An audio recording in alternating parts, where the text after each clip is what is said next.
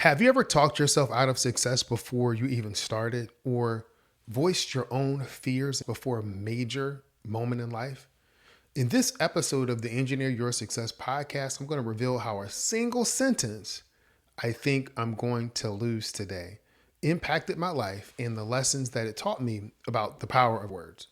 Whether you're an engineer or an entrepreneur or just someone striving for success, this episode will transform how you use your words. Listen up. You don't want to miss this episode. Your future self will thank you. I want to welcome you to the Engineer Your Success podcast. My name is Dr. James Bryant, your host and guide for designing and living a life where you win at work and at home.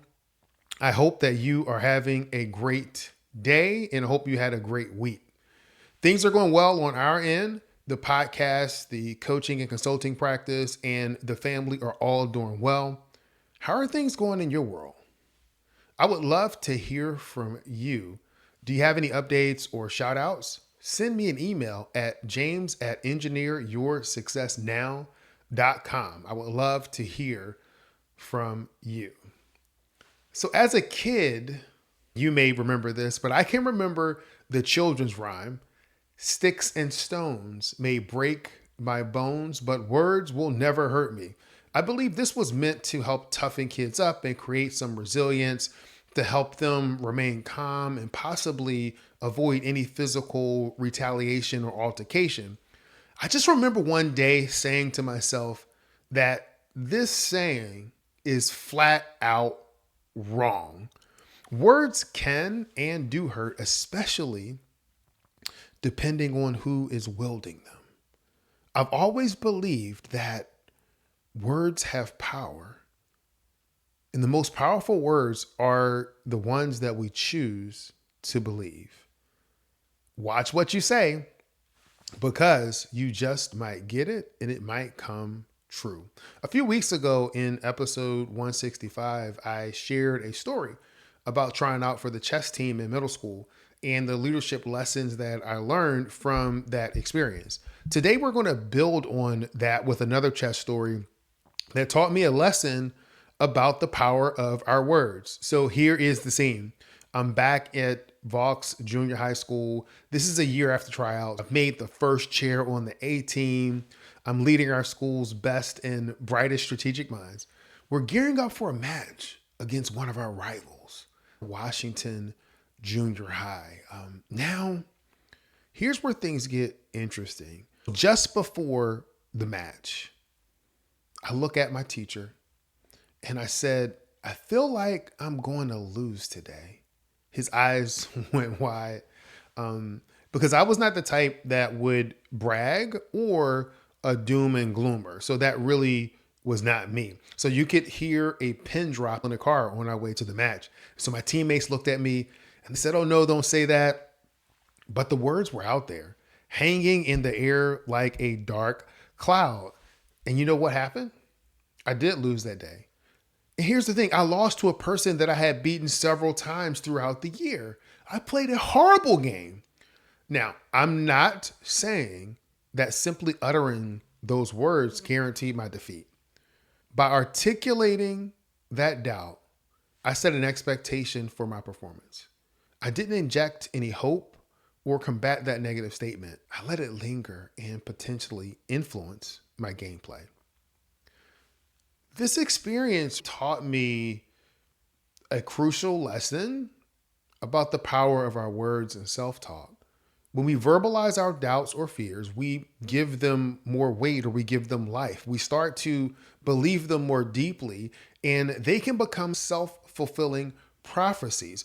I was 12 or 13 years old at that point, and I was not equipped with the mindset or tools that I have now. But when I look back at this event, I look from a position of curiosity and not judgment. So if I'm faced with a similar situation today, what would I do?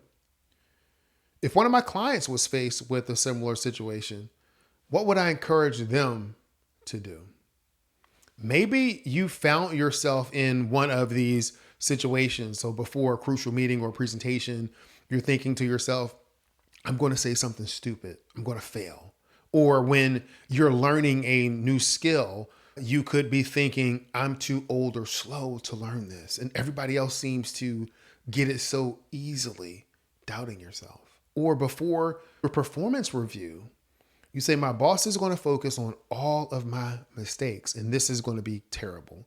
Here's the thing, by focusing on the negative outcomes, you condition yourself to look for evidence to confirm your bias towards that outcome. How can we harness the power of words for success instead of letting them undermine us? First, it's important to acknowledge that having doubts or concerns is normal, especially in high pressure situations. The key is how we handle those feelings. Instead of simply blurting out our fears, we can try reframing them. For example, I could have said, I'm feeling nervous about this match, but I'm going to give it my all. This acknowledges the feeling without letting it dictate the outcome. Another strategy is the use of positive affirmations. Even if you're not feeling 100% confident, stating something like, I am prepared and capable of winning this match or successfully presenting at this meeting can help shift your mindset in a more positive direction. I talk about this often. Visualization is also a powerful tool that you can use because so spend some time before a big event imagining yourself succeeding. See yourself making the right moves, staying calm under pressure, overcoming any obstacles that you may see, and ultimately achieving your goal.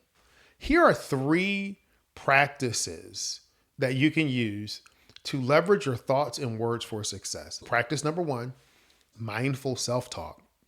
Pay attention to the words you use when you're talking about upcoming challenges or opportunities. Are you setting yourself up for success or failure? When you catch yourself expressing doubt, pause and reframe. Add a positive spin or a statement of determination.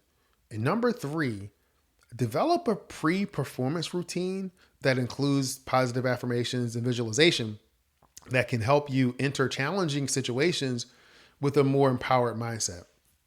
Now, you may be wondering, Dr. Bryant, how has this lesson about the power of words from middle school impacted your life since that chess match? Well, I'm glad that you asked.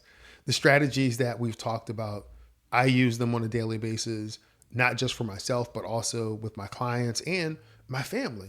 So let me share a recent example that kind of drove home this important lesson for me, and it involves my youngest son. Last year, I would drive him to school every day, and every morning along the way, I would encourage him to do his best. I would ask, what kind of grade are you going to get on your test, or what's going to happen on this test? He would consistently respond with something negative, like I'm going to get a C or I'm going to fail the test. He would say it jokingly, but I could see a pattern forming. So I constantly began to reinforce that there's power in his words. And even when said in jest, there's still power there. And you're still training yourself to think a certain way and to respond a certain way. So you know what? He wasn't doing as well in school as I knew he could or even that he wanted to. But I remember the shift, right? Because then one morning something changed. I dropped him off at school and I asked him how he was going to do on his test. He looked at me and said, I'm going to get an A. This is not all about the self-talk. He was putting in the work, but the talk reinforced the work that he was doing. The talk reinforced the effort that he was putting forward. So that moment really was a turning point because since that day, he's only spoken positively about the outcomes for school.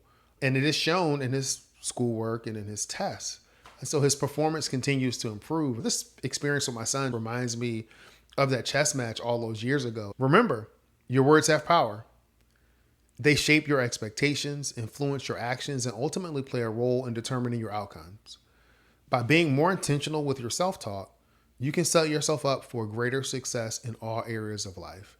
I encourage you to take these lessons to heart, whether you're facing a big presentation at work, a challenging project, or even helping your kids with their homework. I hope this story and these strategies help you harness the power of your words for greater achievement.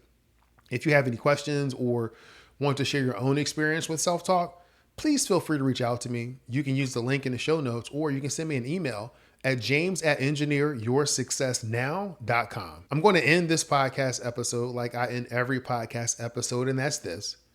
Many people know what to do. Fewer people know how to do it. And there's a select group of people that follow through, do it, and are living the life of their dreams. It is my desire for you to be part of that select few. This is Dr. James Bryant, your guide for winning at work and at home. And I want you to be great this week. Thanks.